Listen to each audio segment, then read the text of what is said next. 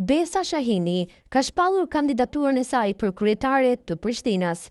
Shahini, e cila është pjesë e Partisë Social-Demokrate, ka njoftuar zyrtarisht për kandidimin e saj në zgjedhjet lokale, që do të mbahen në vjesht.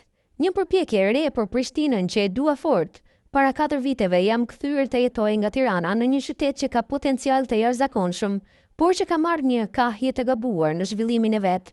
Është një qytet krejtësisht i mbuluar me beton, pa hapësira të mjaftueshme të gjelbërta, kryesisht i papastër, ka pohuar Shahini. Sipas saj, Prishtinës i duhet një ndryshim radikal në kahun e zhvillimit. Ju ftoj të më bashkoheni, që keni sadopak energji në përpjekjen për ndryshim, ka thënë Shahini në një video adresim. Shahini ka qenë ministre e arsimit në Shqipëri. Presidenti e Kosovës Vjosa Osmani pritet që brenda kësaj jave të shpallë datës zyrtare për mbajtjen e zgjedhjeve lokale. Pavarësisht se data ende nuk është zyrtarizuar, burimet e Front Online thonë se zgjedhjet për komuna pritet të mbahen më 19 ose 26 tetor të këtij viti. Partitë politike kanë nisur tashmë përgatitjen dhe kanë filluar të konfirmojnë kandidatët e tyre për disa nga komunat më të mëdha dhe më strategjike në vend. Në Prishtinë, gara për kryetar komune pritet të jetë e ashpër për Koalicia Demokratike e Kosovës LDK do të rikandidojë përpari Raman. Në Zhilan, gjithashtu pritet një garë interesante mes kandidatit të LDK-s Arbeni Ismaili dhe kandidatit aktual nga lëvizja vetvendosje Alban Hyseni.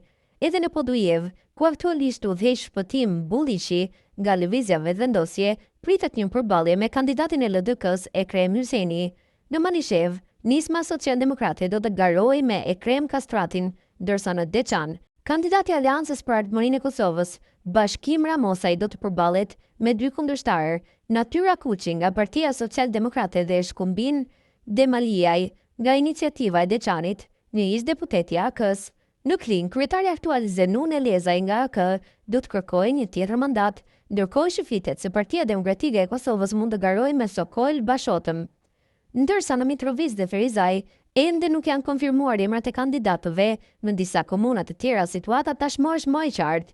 Në Pejë, LDK-ja do të garojë me Gazmen Muhaxherin, ndërsa në Lipjan me Imri Ahmetin, 2 kryetar aktual që kërkojnë edhe një mandat të ri. Pritet që në ditët në vijim përveç shpalljes së datës nga presidenti Osmani, partitë politike të zyrtarizojnë edhe emrat e tjerë dhe të nisin fushatën jo formale në terren.